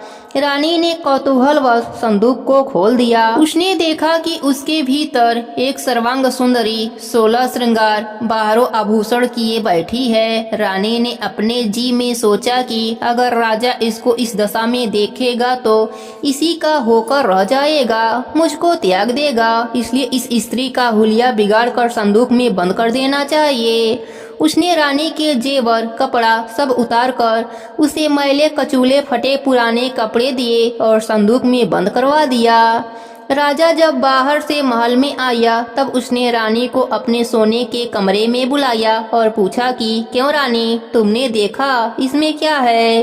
रानी ने जवाब दिया कि मैंने कुछ नहीं देखा, सुना है कि आपने कुछ लाया है। राजा ने रानी के सामने संदूक खुलवाया तो उसमें फटे पुराने कपड़े पहनी एक भिखारन दिख पड़ी। रानी ने कहा कि यह तो कोई निर्वासित भिखारन नीच जात की दिखाई दे रही है, इसको कारखाने में भिजवा दिया जाए, वहाँ लकड़ी ढोया करेगी और खाना पानी की भी इसे दिक्कत नहीं होगी। राजा ने रानी के कहे अनुसार उसे कारखाने भिजवा दिया। एक दिन रानी की सहेलियां नदी में स्नान करके दशा माता के गंडे ले रही थीं। एक गंडा उनका अधिक था, वह इसी विचार में थी कि यह किसको दिया जाए। दयोग से उसी समय लकड़ी वाली रानी वहां जा पहुंची। उन्होंने उससे कहा कि बहन, यदि तुम कोई नीच वर्ग की न हो तो हमारा गंडा ले लो। रानी ने कहा कि मुझे गंडा लेने से इनकार नहीं है, परंतु मुझे तो खाने भर को नहीं मिलता, इनकी पूजा कैसे करूंगी। वे बोले कि तुम इसकी चिंता मत करो, हम रोज इसी जगह स्नान करने आया करेंगे, 9 दिन तक कथा कहानी करेंगे, तुम भी नित्य कथा को सुन जाना। 10वें दिन पूजा होगी, तब दशा माता चाहेंगे तो अवश्य तुम्हारी दशा बदल जाएगी। रानी ने श्रद्धा पूर्वक दशा माता का ध्यान करके गंडा ले लिया। उसी दिन रानी के पति को यह चिंता उत्पन्न हुई कि रानी को संदूक में रख कर बहा तो दिया था, परंतु उसका कोई भी समाचार न मिला कि क्या हुआ। किसी तरह उसकी टोह लगानी चाहिए। अस्तु राजा एक नौका पर सवार होकर नदी द्वारा यात्रा करता हुआ अपने बहनोई के वहां पहुंचा। संध्या को खा पी कर वह लेटने गया। तब बहन से बोला कि मेरे हाथ पैर में बहुत दर्द है, किसी से दबवा दो। तब उस रानी ने लकड़ी ढोने वाली भिखारन को बुलाकर हुक्म दिया कि आज की रात तुम मेरे भाई के पैर दबा दो। वह बड़े संकोच में पड़ गई। अपने जी में अनेक संकल्प विकल्प करती थी कि पर पुरुष का शरीर छूं तो कैसे छूं। रानी बार बार अपनी बात पर दबाव दे रही थी, इसलिए लाचार होकर उसे स्वीकार करना पड़ा। राजा के पैर दबाते दबाते रानी को उसके पांव का पंजा दिख पड़ा। रानी चुपचाप रोने लगी और उसके आंसू राजा के पैरों पर टपकने लगा। तब उसने पूछा कि क्यों री दासी, तू क्यों रो रही है? तू अपना भेद मुझे बता, मेरे कारण तुझे किसी भी प्रकार की हानि नहीं पहुँचेगी। तब वह बोली कि जैसा पंजा आपके पैर में है वैसा ही मेरे पति के पैर में भी है। पहले दिनों की याद आने से मुझे रुलाई आ गई है। तब राजा बोला कि मैं समझ गया, अब तुम पैर मत दबाओ, आराम से सो। जो तुम्हारे भाग्य में लिखा था वह तुमको भोगना ही पड़ा। मैंने उसको टालने के लिए जो उपाय रचा था उसका उल्टा नतीजा हुआ। तुमको मेरे जीते जी लकड़ी ढोनी ही पड़ी। राजा ने अपनी धोती उतारकर रानी को दे दिया। रानी एक कोने में पड़कर सो गई। सवेरा हुआ, बहुत दिन चढ़ आया, परंतु अतिथि राजा सोकर नहीं उठा। न पैर दबाने वाली दासी बाहर निकली। तब उसकी बहन को चिंता हुई। थोड़ी देर बाद दासी बाहर निकल आई और कारखाने में काम करने चली गई। रानी ने अपने भाई के पास जाकर उसे जगाया। तब वह बोला कि मेरे माथे में पीड़ा है, मैं अभी नहीं उठूंगा। इस समय मेरा जी बहुत व्याकुल हो रहा है, मुझे अधिक मत सताओ। रानी ने पूछा कि आखिर बात क्या है, कुछ तो कहो। राजा ने कहा कि बड़ी लज्जा की बात है, मैंने तुम्हारी भावज को जानबूझकर तुम्हारे पास इसलिए भेजा था कि यहाँ इसे आराम से रखा जाएगा, परंतु तुम उससे मजदूरों के पास लकड़ी ढुआती हो। क्या मैंने इसलिए इसे तुम्हारे पास भेजा था? तब बहन बहुत लाचार होकर बोली कि नदी में बहती बहती न जाने कौन कहां से चली आई है, अब जाना सो माना। यह कहकर उसने दासियों को भेजा कि उस लकड़ी वाली को चुपचाप मेरे पास बुला लाओ। जब दासी रानी आई तो उसकी भावज ने आदर पूर्वक उसके पैर पकड़े और विनती भाव से माफी मांगी। कुछ दिनों बहन के पास रहने के पश्चात राजा अपनी रानी को साथ लेकर राजधानी लौट आया। रानी ने अपने महल में पहुंचकर सुहागने न्योती धूमधाम से दशा माता के गंडे की पूजा करी और गांव भर में ढिढोरा फेरा की। आज से अमीर गरीब सब दशा माता के गंडे लिया करें और श्रद्धा पूर्वक पूजा किया करें। जिस किसी के पास पूजन पारण की सामग्री की कमी हो वह राजा के कोठरी से ले जाया करे। हे दशा माता, जैसे आपने सुकुमारी रानी की दीन फेरी वैसे ही अपने सभी भक्तों पर अपनी कृपा बनाए रखना। सबके व्रत को पूर्ण करना, कहानी अधूरी हो तो पूरी करना, पूरी हो तो मान रखना। प्रेम से बोली दशा माता की जय हो। पांचवी कथा के अनुसार एक गांव में एक सास बहू रहती थी। सास ने एक दिन सवेरे बहू से कहा कि जाओ आग लाकर भोजन बनाओ, बड़ी भूख लगी है। बहू हाथ में कंडा लेकर आग लेने गांव में गई। उस दिन गांव भर में घर घर दशा माता की पूजा थी। इस कारण किसी ने उसको आग नहीं दिया। वह लौट आई। संध्या समय वह पड़ोसन के पास गई और उनसे बोली कि मेरी सास तो गंडा लेती ही नहीं है, परंतु अब की बार जब गंडे पड़े तब मुझको तुम बताना और पूजन की विधि भी बता देना, तो मैं भी गंडा लूंगी। उसके बाद गंडे पड़े तब बहू ने सास की चोरी से दशा माता का गंडा ले लिया। 9 दिन तक उसने किसी न किसी बहाने पड़ोसन के पास जाकर कथा कहानी सुन लेती थी। 10वें दिन उसे चिंता हुई कि अब पूजा कैसे करूंगी। तब वह मन ही मन दशा माता का ध्यान करके मनाने लगी कि यदि बुढ़िया आज कहीं बाहर चली जाए तो मैं शांति पूर्वक पूजा कर लूं। दशा माता की कृपा से उसी दिन बुढ़िया को खेतों पर जाने की सूझी। उसने बहू से कहा कि तुम भोजन बनाकर तैयार रखना, तब तक मैं खेत खनियाल तक होकर वापस आती हूँ। यदि मुझे अधिक देरी हो तो मुझे खेत पर ही खाना दे जाना। बहू तो यही चाहती थी। उसने सास की आज्ञा को सिरोधार्य करके कहा कि आप जाइए और घर के काम काज से निश्चित रहिए। जो ही बुढ़िया ने पीठ फेरी त्यों ही बहू ने पूजा की तबदीर लगाई। उसने सिर से स्नान करके विधिवत दशा माता की पूजा करी। तदंतर वह पूजा की सामग्री मिट्टी के गोले में रखकर उसे भेंट कर सिराने के लिए ले ही जाने वाली थी कि बुढ़िया आ गई। उस वक्त बहू को जब और कुछ उपाय न सूझा तब उसने जल्दी से उस गोले को छाछ की मटकी में छिपा दिया। उसने सोचा कि जब बुढ़िया फिर कहीं बाहर जाएगी तब गोला मटके से निकालकर सिरा आऊंगी। बुढ़िया ने आते ही बहू की खबर ली। उसने पूछा कि तू मेरे लिए खाना क्यों नहीं लेकर आई, अब तक क्या कर रही थी।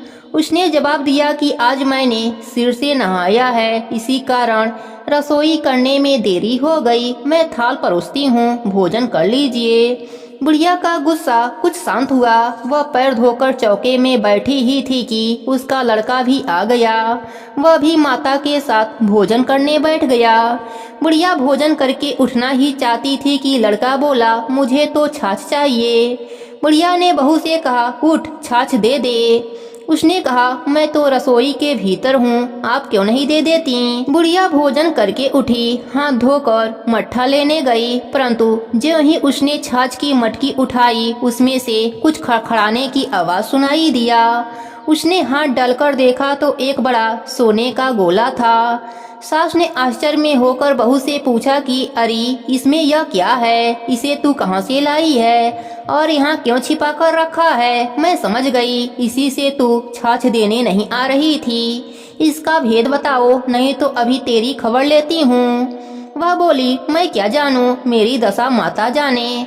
मैंने तुम्हारी चोरी से दशा माता का गंडा लिया था और तुम्हारी चोरी से पूजा की थी। तुम आ गई इसलिए मैं गंडे सिराने न जा सकी। तब मैंने इसे छाछ की मटकी में छिपा दिया था। दशा माता ने उसे सोने का कर दिया, तो इसमें मेरी क्या गलती। यह सब दशा माता की कृपा से हुआ है। बुढ़िया ने बहू को गले से लगा लिया और कहा कि अब मैं भी तेरे साथ गंडा लिया करूंगी और विधिवत व्रत और पूजन किया करूंगी। अब सास बहू मिलकर हर साल दशा माता का नित्य नियम निभाने लगे। दशा माता की कृपा से उनका घर अन्न धन से भर गया। हे दशा माता, जैसे आपने सास बहू पर अपनी कृपा करी वैसे ही अपने सभी भक्तों पर अपनी कृपा बनाए रखना। सबके व्रत को पूर्ण करना, कहानी अधूरी हो तो पूरी करना, पूरी हो तो मान रखना। प्रेम से बोली दशा माता की जय हो।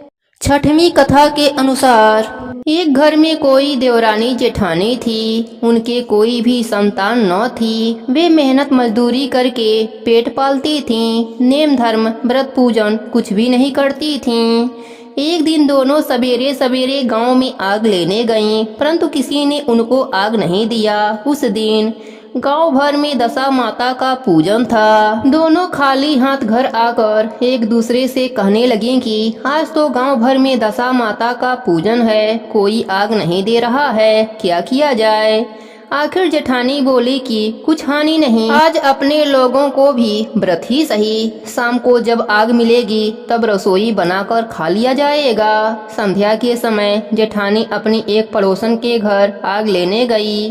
पड़ोसन ने उसे स्वागत पूर्वक बैठाया। जेठानी ने पूछा कि दशा माता का पूजन करने से क्या होता है। उसने जवाब दिया कि जिस बात की इच्छा करके गंडा लिया जाता है वह इच्छा पूरी हो जाती है। तब जेठानी बोली कि बहन, अब की बार जब गंडा पड़े तब मैं भी गंडा लूंगी और पूजन करूंगी। जेठानी आग लेकर पड़ोसन के घर से बाहर निकली ही कि गायें चरकर आती हुई दिखाई दी। ग्वाला पीछे पीछे आ रहा था, उसके कंधे पर एक बछवा था और एक गाय उसको चाटती हुई उसके पीछे पीछे आ रही थी। पड़ोसन ने पूछा, भैया तुम्हारी गाय पहली ब्यान है या दूसरी तीसरी बार। उसने कहा कि पहली ही ब्यान है। पुनः स्त्री ने पूछा कि बछवा ब्याई है या बछिया।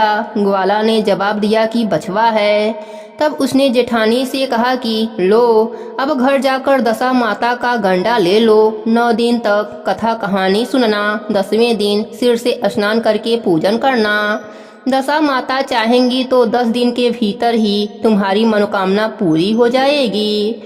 उसने अपने घर जाकर देवरानी को यह बात बताई। निदान दोनों ने दशा माता के गंडे लिए और दशा माता का ध्यान स्मरण करके यह मनौती मनाई कि यदि हमारे संतान पैदा होंगे तो हम सुहागने न्योत कर दरैया कराएंगे। दशा माता के गंडे की पूजा होने के पहले ही देवरानी जेठानी दोनों गर्भवती हो गईं। 9 महीने 9 दिन के बाद ही दोनों के गर्भ से सुंदर बालक जन्मे।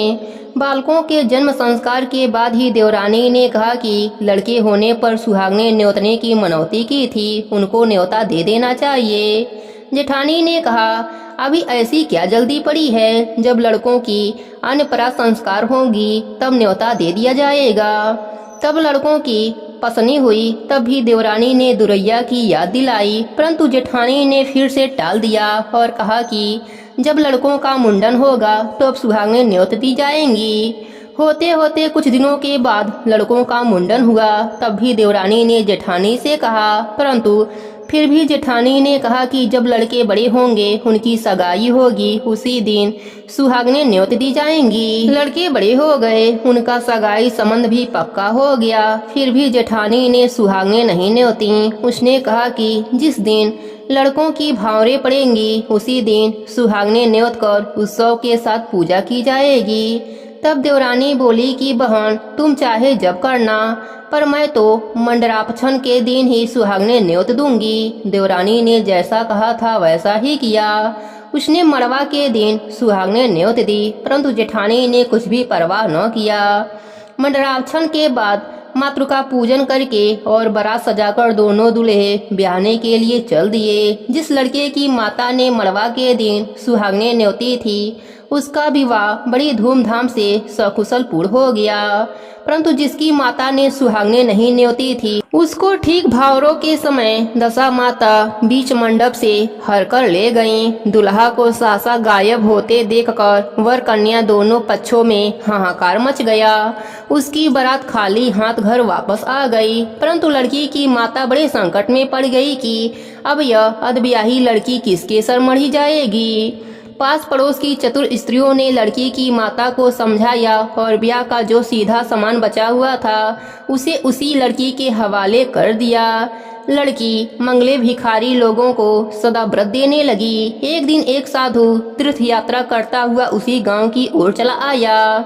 गांव से बहुत दूर घने जंगल में एक बड़ा पीपल का पेड़ था। लोग ऐसे पेड़ को पारस पीपल कहते थे। उसी पेड़ में दशा माता का निवास था। साधु चलता चलता शाम को उसी पेड़ के नीचे ठहर गया। वहाँ अंधेरा हो गया। दिया पर बत्ती पड़ी कि झाड़ूदार ने आकर उसी पेड़ के पास मैदान में झाड़ू लगाई। भिस्ती ने आकर जमीन छिड़की और माली ने आकर फूल बिखेर दिए। तब अनेक देवता अनेक प्रकार की पोशाक पहने हुए आकर यथा स्थान पर बैठ गए। सबसे पीछे स्वर्ग से राजा इंद्र का सिंहासन उतरा। उसी के साथ अनेक अप्सराएं साज समान सहित वहां आईं और इंद्र के सिंहासन के सामने नाचने लगीं। उसी समय दशा माता अधब्याहे लड़के को गोद में लिए हुए पीपल के पेड़ से उतरी। इंद्र के साथ साथ स्वर्ग से एक सूरा गऊ भी आई थी। उसने 2 कटोरा दूध दिया। लड़के के अधब्याही के भाग का 1 कटोरा अलग रख दिया गया और 1 कटोरा दूध पी लिया। तब तक नाच तमाशा होता रहा। दशा माता लड़के को गोद में लिए हुए बैठी रहीं। सवेरा होते ही देवताओं का दरबार भंग हुआ। साधु भी वहां से चलकर गांव में चला आया। साधु गांव में भिक्षा मांगता उसी अधब्याही लड़की के घर आया। लड़की ने उसके लिए भोजन बनाकर तैयार किया। बाबा जी भोजन करने बैठे। तब लड़की ने 3 पत्तल परोसकर एक को अधब्याहे बर के नाम से अलग सरका दिया। 1 पत्तल बाबा जी ने अपने आप कहा, वाह, जो बात वहाँ देखने में आई थी वही आते यहाँ भी देखने में आई है। लड़की ने पूछा, क्या बात बाबा जी? बाबा ने बात टालते हुए कहा, हम बैरागी लोग ऐसी अनेक बातें कहा करते हैं। तुमको इन बातों से क्या प्रयोजन है? तुम तो भोजन कराओ और भगवान का भजन करो। लड़की हट कर गई। उसने कहा कि जब तक आप इसका भेद नहीं बताएंगे मैं भोजन नहीं करूंगी। फिर भी बाबा चुप रहे। तब लड़की बोली कि आप साधु हैं और मैं सती हूँ। आप या तो उस वचन का भेद बताइए जो आपने कहा है या मेरा श्राप ले लीजिए। तब बाबा ने रात का सारा हाल बता दिया। अंत में उसने बाबा के साथ उस पीपल के पास जाना निश्चय किया। बाबा आगे आगे चले, लड़की उनके पीछे पीछे हो ली। बाबा लड़की को पारस पीपल के पास छोड़कर चले गए। जब संध्या हुई तब नित्य की तरह झाड़ूदार ने आकर झाड़ू लगाई। सक्का ने जमीन छिड़की। माली ने फूल बिखेरे। राजा इंद्र आए और परियों का नाच गाना होने लगा। उसी समय दशा माता पीपल से उतरकर दरबार में बैठी। लड़के ने सूरा गाय से दूध लिया और उसने अधब्याही का कटोरा अलग रखकर ज्यों ही अपना कटोरा मुंह से लगाया त्यों ही लड़की कटोरी हाथ में लेकर बर के सामने आ गई। वह बोली कि अपना भाग लेने के लिए मैं उपस्थित हूँ और जो आज्ञा दी जाए वह सेवा करूँगी। तब वह बोला, मैं इस तरह तुमको नहीं मिल सकता। मैं दशा माता की सेवा में रहता हूँ। अभी मुझे दरबार में जाकर उन्हीं की गोद में बैठना होगा। यदि तुम मुझको चाहती हो तो दशा माता को प्रसन्न करके उनसे मुझको मांग लो, तब मैं तुम्हारा हो सकता हूँ। लड़का दशा माता की गोद में जाकर बैठ गया।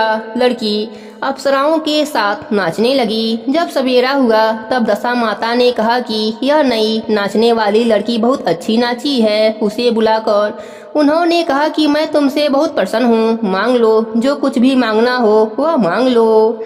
लड़की ने दशा माता से वचन ले लिया कि जो मांगूं सो पाऊं। तब उसने दौड़कर अपने पति को पकड़ लिया और कहा कि मुझे यही चाहिए। दशा माता ने कहा, तूने मांगा तो बहुत, परंतु मैं वचन दे चुकी हूँ, इस कारण तेरा वर तुझे देती हूँ। राजा इंद्र ने पूछा, भगवती यह सब क्या भेद है, जरा मुझे भी बताइए। तब दशा माता बोली कि यह लड़का मेरे ही वरदान से पैदा हुआ था। इसकी माता ने मनौती मानी थी कि जब लड़का पैदा होगा तब सुहागनों को न्योता दूंगी, परंतु उसने आज तक अपना वचन पूरा नहीं किया। इसी कारण मैं अपने दिए हुए बालक को विवाह मंडप से हर लाई थी। यह इसकी अधब्याही स्त्री है, परंतु पतिव्रता है। इसी कारण यह देव समाज में पहुंचकर मुझसे अपना पति छीनकर ले जा रही है। दशा माता के ऐसे वचन सुनकर इंद्र समेत सब देवताओं ने वर कन्या के ऊपर फूल बरसाए। तब तक साधु बाबा भी वहां आ गए। साधु बाबा, उसके पीछे दूल्हा और उसके पीछे लड़की, इस प्रकार तीनों गांव की ओर चल दिए। जब वे लोग गांव के समीप पहुंचे तब लोगों ने लड़की के पिता को खबर दी कि तुम्हारी लड़की अपने दूल्हा के साथ आ रही है। जिस दिन से लड़की गई थी प्रथम तो उसी घड़ी से वह लोकापवाद के मारे घर के बाहर नहीं निकल रहे थे। अब जो और भी नई बात सुनने में आई तो उसने किवाड़ ही बंद कर लिया। उसने समझ लिया कि बाबा के साथ साथ आ रही होगी। उसी संबंध में लोग मेरा मजाक उड़ा रहे हैं, किंतु जब गांव के गणमान्य और प्रतिष्ठित लोगों ने भी उससे वही बात कही तब वह लजाता शर्माता घर से बाहर आया। और जब उसने दरवाजे पर सचमुच लड़की के साथ दामाद को खड़ा देखा तब प्रशंसा का पार न रहा। उसने इसी खुशी में दान पुण्य किया, बधाई बजवाई और फिर से विवाह की तैयारी करी। परंतु लड़की ने अपनी माता से कहा कि इस तरह ब्याह पूरा नहीं होगा। वहाँ सुहागनों को न्योता देकर जब बारात यहाँ आए तब विवाह के ने किए जाए। लड़की के बाप ने लड़के के घर खबर भिजवा दी। वहाँ सुहागनों को न्योता कर बारात चली। बड़ी धूमधाम से विवाह हुआ। बर बहू दोनों अपने घर गए। तब फिर से लड़की के माता ने सुहागने न्योती। उसी समय से विवाह के भावरों के दिन बर के घर सुहागने न्योतने की प्रथा चली है। हे दशा माता, जैसे आपने सती की दशा फेरी वैसे ही अपने सभी भक्तों पर अपनी कृपा बनाए रखना। कहानी अधूरी हो तो पूरी करना, पूरी हो तो मान रखना, सबके व्रत को पूर्ण करना। प्रेम से बोलिए दशा माता की जय हो। 7वीं कथा के अनुसार एक बुढ़िया थी, वह बहुत गरीब थी। उसका एक लड़का भी था। एक दिन वह लड़के से बोली कि बेटा कुछ ऐसा उद्यम करो जिससे 4 पैसे की आय हो और अपना निर्वाह हो। अब मेरे तो हाथ पैर नहीं चलते। तब लड़का गांव वालों के गोरू चराने लगा। एक दिन लड़का पशुओं को पानी पिलाने नदी के घाट पर ले गया। वहाँ स्त्रियां स्नान करके दशा माता के गंडे ले रही थीं। उनका एक गंडा अधिक हो गया। उनमें से एक ने कहा कि पूछो तो यह लड़का किसका है। यदि किसी उच्च वर्ग का हुआ तो इसी को गंडा दे दिया जाएगा। एक स्त्री ने लड़के से पूछा तुम्हारे घर में कौन है। लड़के ने उत्तर दिया मेरी बुढ़िया माता है। फिर स्त्री ने कहा कि तुम कौन वर्ण के हो। वह बोला मैं ब्राह्मण हूँ, पर कोई काम न मिलने के कारण गाय चराता हूँ। स्त्रियों ने लड़के को एक गंडा देकर कहा कि तुम इसे घर ले जाकर अपने माता को दे देना और कहना कि इसका पूजन और व्रत करें। हम लोग तुमको सीधा और पूजा की सामग्री भी दे देते हैं, सो भी ले जाकर अपने माता को दे देना। लड़के ने गंडा ले लिया। फिर सब स्त्रियों ने उसे सीधा दिया। लड़का उस सामान की गठरी बांधकर घर आया। उसने दरवाजे से ही माता को पुकार कर कहा कि गठरी उतार लो, बोझ से मरा जा रहा हूँ।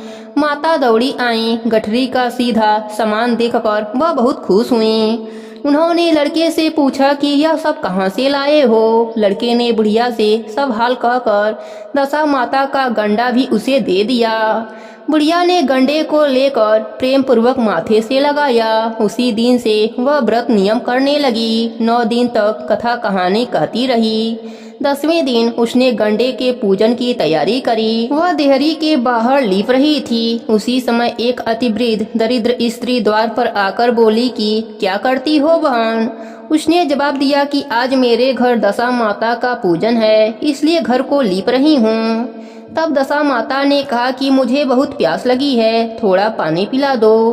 तब बुढ़िया ने कहा कि मैं तो मिट्टी के बर्तन से पानी पीती हूँ, लोटा लोटिया मेरे वहाँ कुछ भी नहीं है, तुमको पानी किसमें दूँ। एक कटोरी मेरे घर में है, वह भी न जाने कहाँ पड़ी होगी, जरा तुम ठहरो, कटोरी को खोज कर लाती हूँ, तब तुमको पानी पिलाऊंगी। बुढ़िया हाथ धोकर कटोरी लेने अंदर गई। तब तक मैली कुचैली बुढ़िया जो स्वयं दशा माता थीं, उसकी घिरौची पर एक सोने का घड़ा रखकर अंतर ध्यान हो गईं। बुढ़िया कटोरी लेकर घिरौची के पास गई। वहाँ सोने का घड़ा रखा देखकर वह बहुत घबराई और अपने मन में सोचने लगी कि यह राण कहाँ की बला उठाकर रख गई है, मुझे चोरी लगेगी, बुढ़ापे में इज्जत जाएगी। वह इसी चिंता में बुढ़िया की खोज से बाहर निकली। तब तक उसका लड़का आ गया। उसने पूछा कि किसे खोज रही हो माँ। वह बोली एक बुढ़िया न जाने कहाँ से आई और यहाँ सोने का घड़ा रखकर भाग गई है। लड़के ने कहा वही तो दशा माता थीं, उन्होंने यह घड़ा तुमको दे दिया है। अब की जो फिर कभी आए तो उनका अच्छी तरह से स्वागत करना और सब प्रकार से उनकी आज्ञा का पालन करना। तुम जब नहाने जाना तो नदी के घाट पर जो चीजें तुमको मिले उनका दशा माता का दिया हुआ समझकर अंगीकार करना। किसी से पूछताछ न करना कि यह चीज किसकी है, यहाँ पर कैसे आई है। बुढ़िया नदी में नहाकर खड़ी हुई तो सामने सोने का गिरवा भरा भराया दिखाई दिया और उत्तम वस्त्र एक किनारे रखे हुए मिले। बुढ़िया ने किसी से पूछताछ किए बिना ही उन वस्त्रों को पहन लिया। गिरवा हाथ में लेकर वह घर चलने को तैयार हुई। तब चार कहार डोली लिए आ पहुँचे और बुढ़िया से बोले कि यह डोली तुम्हारे लिए आई है, इसी में बैठकर घर चलो। बुढ़िया डोली में बैठकर घर आई तो देखती क्या है कि जहाँ उसकी टूटी फूटी झोपड़ी थी वहाँ कंचन के महल खड़े हैं। बुढ़िया ने महल के भीतर जाकर श्रद्धा और भक्ति पूर्वक दशा माता के गंडे की पूजा करी और अंत में हाथ जोड़कर यह वरदान मांगा कि महारानी, जैसे तुमने मुझको यह संपत्ति दी है वैसे ही मेरे लड़के का विवाह हो जाए, तब यह शोभा देगा। कुछ दिनों के बाद ही लड़के का विवाह हो गया और बहुत सुंदर सुशील घर में बहू आ गई। तब बुढ़िया ने दशा माता से दूसरा वर मांगा कि जैसे मेरे बहू बेटा हैं वैसा ही नाती पाऊं। कुछ दिनों के बाद बुढ़िया के लड़के को भी लड़का हो गया। एक दिन बुढ़िया ने बहू को समझाया कि मेरी यह सब संपत्ति दशा माता की दी हुई है, उन्हीं की कृपा से तुम भी इस घर में आई हो। यदि मैं मर जाऊं और कभी एक मैली कुचैली बुढ़िया तुम्हारे घर पर आए तो उनका विनय पूर्वक स्वागत करना। यदि उनकी नाक बाती हो तो उसे आंचल के छोर से पोंछना, भीड़ मत करना। प्रार्थना करना कि हे माता, यह सब आपका ही दिया हुआ है। जब भी दशा माता के गंडे पड़े तब उनको अवश्य ही लेना और श्रद्धा पूर्वक उनकी पूजा करना। जब कभी तुम पर कोई संकट पड़े तब सुहागने न्योतना। दशा माता की कृपा से तुम्हारी सब इच्छाएं पूरी हो जाएंगी। कुछ दिनों के बाद बुढ़िया मर गई। तब दशा माता ने सोचा कि अब चलकर देखना चाहिए कि वह सास के बचनों को कहाँ तक पालती है। अतः वह एक वृद्ध भिखारन का भेष धारण करके उसके घर आई। उन्हें देखते ही बहू खड़ी हो गई, पाँव पड़ी, दंडवत करी और बालक को उनके गोद में डाल दिया। उसकी ऐसी श्रद्धा भक्ति देखकर दशा माता ने आशीर्वाद दिया कि तेरी धर्म बुद्धि है, भगवान सदैव तेरा भला करेगा, भंडार भरपूर रहेगा, कभी किसी बात की चिंता तुझे नहीं सताएगी, जो इच्छा करेगी सो फल पावेगी। हे दशा माता, जैसे आपने बुढ़िया ब्राह्मणी और उसके बहू पर अपनी कृपा करी वैसे ही कृपा दृष्टि अपने सभी भक्तों पर बनाए रखना। सबके व्रत को पूर्ण करना, कहानी अधूरी हो तो पूरी करना, पूरी हो तो मान रखना। प्रेम से बोलिए दशा माता की जय हो। 8वीं कथा के अनुसार एक राजा की 2 रानियां थीं। राजा की अति प्यारी रानी का नाम लक्ष्मी देवी था। इस कारण राजा की दूसरी रानी पटरानी होने पर भी कुलच्छनी कहलाती थी। एक दिन लक्ष्मी रानी ने मान लिया, वह काठ की पाटी ले मलिन वस्त्र पहन उपवन में जाकर लेट गई। राजा ने उससे पूछा कि तुम क्या चाहती हो। वह बोली कि कुलच्छनी रानी को देश निकाला दे दिया जाए। राजा की प्यारी न होते हुए भी कुलच्छनी रानी पटरानी थी। लोक लज्जा के कारण उसे सहसा निकाल सकने से लाचार होकर राजा ने उन्हें नैयर भेजने का निश्चय किया। उन्होंने रानी को एक पीनस में सवार कराया और अपने घोड़े पर सवार होकर साथ चले। एक सघन वन में पहुंचकर राजा ने पीनस रखवा दी और कहारों को वहां से हटा दिया।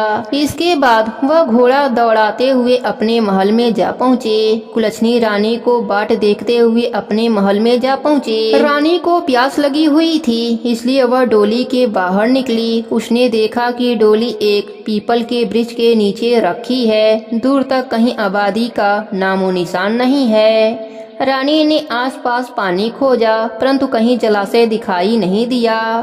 रानी एक सारस की जोड़ी को एक तरफ जाते देखा, वह उसी के पीछे हो चली। चलते चलते कुछ देर के बाद एक नदी के तट पर पहुंच गई।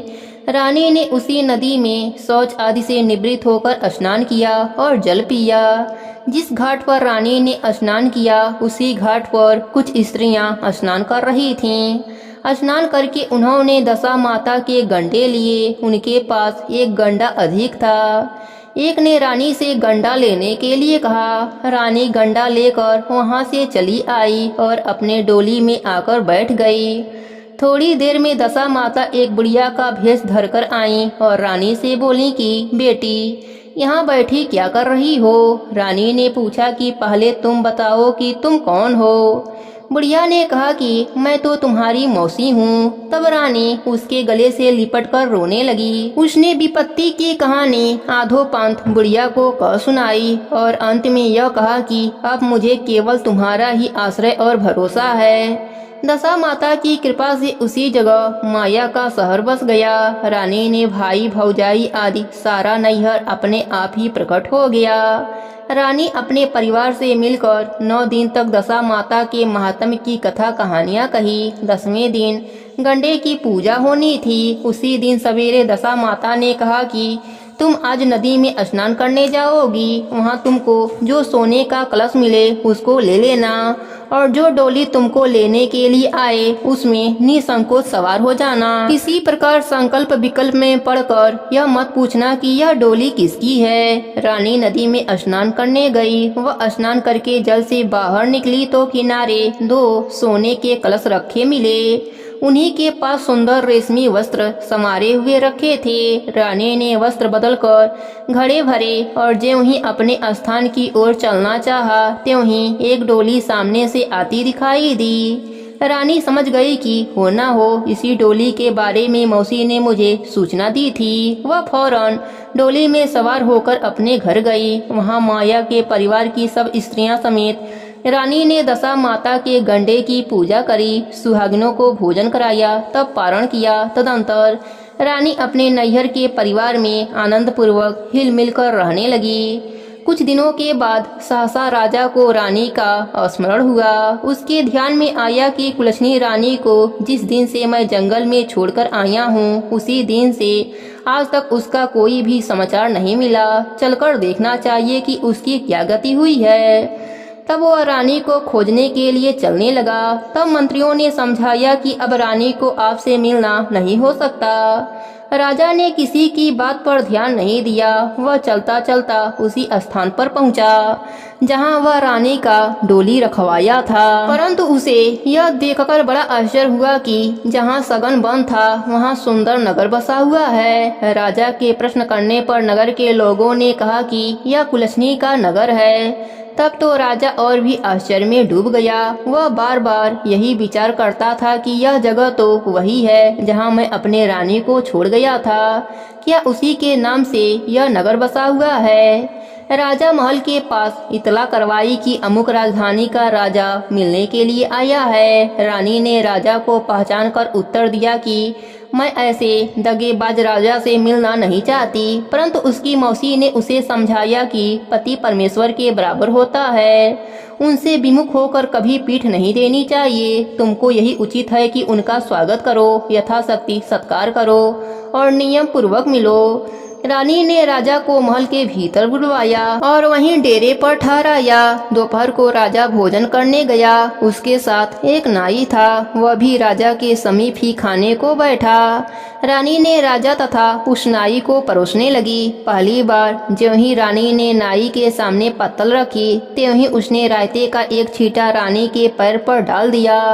रानी ने उसकी इस क्रिया को नहीं जाना। दूसरी बार रानी परोसने आई तब तक दूसरी पोशाक पहनकर आई। राजा मन में सोचने लगा कि यहाँ तो एक क्या कई रानियां हैं, सभी एक सी हैं। इनमें से यदि मेरी रानी हो तो मैं उसे कैसे पहचानूंगा। डेरे पर जाकर राजा ने नाई से कहा कि यहाँ तो कई रानियां हैं, यह कैसे मालूम हो कि अपनी रानी कौन सी है। नाई बोला कि रानी तो एक ही है, वह पोशाक बदल बदल कर परोसने आ रही थी, इससे आपको भ्रम हुआ है। राजा ने पूछा कि तूने कैसे जाना कि रानी एक ही है। वह बोला कि मैंने पहले की रानी के पैर पर रायते का छींटा डाल दिया था। जब दूसरी बार वह परोसने आई तब भी उनके पैर पर वही छींटा पड़ा था और जब तीसरी बार आई तब भी वही छींटा पड़ा था। इसी बीच रानी ने राजा को अपने महल में बुला लिया। वहाँ से सजी हुई थी, उसी पर राजा को बैठाकर उसने पान दिया।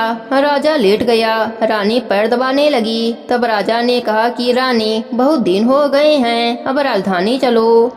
रानी ने जवाब दिया कि मैं नहीं जाती। उस दिन की याद कीजिए, मैंने ऐसा क्या अपराध किया था जिसके कारण आपने मुझे वनवास दिया। आपने जिस सौत की बात मानकर मेरा अनादर किया था, अब उसी को लिए हुए बैठे रहिए। आप तो मेरा सर्वनाश कर चुके थे। यह तो सब मेरी मौसी की बदौलत है कि मैं जीते जी बच गई। इस पर राजा ने रानी को बहुत समझाया और अपने किए पर पश्चाताप करते हुए माफी मांगने लगा। तब रानी बोली कि मैं केवल एक शर्त पर ही आपके साथ चल सकती हूँ। आप मेरी मौसी से यह वरदान मांगे कि यह शहर और बाग बगीचे आपकी राजधानी के पास पहुँच जावे। जब चाहूँ मौसी के दिए हुए महल में चली जाऊँ। मेरी मौसी बड़ी ही दयावान और भोली भाली हैं। संभव है कि वह आपकी बात को नहीं टालेंगी। राजा ने रानी की मौसी के पास जाकर निवेदन किया। उसी समय दोनों शहर पास पास हो गए, मानो एक दूसरे के भाग हों। राजा ने दशा माता की कृपा का प्रभाव जानकर शहर में ढिढोरा पिटवा दिया कि अब से सभी लोग दशा माता की पूजा किया करें। हे दशा माता, जैसे आपने कुलच्छनी रानी पर अपनी कृपा करी, वैसे ही अपने सभी भक्तों पर अपनी कृपा बनाए रखना। सबके व्रत को पूर्ण करना। कहानी अधूरी हो तो पूरी करना, पूरी हो तो मान रखना। प्रेम से बोलिए दशा माता की जय हो। 9वीं कथा के अनुसार एक समय की बात है, एक जंगल में एक वृक्ष पर 2 पक्षी नर और मादा रहते थे। मादा पक्षी के बच्चे नहीं होते थे।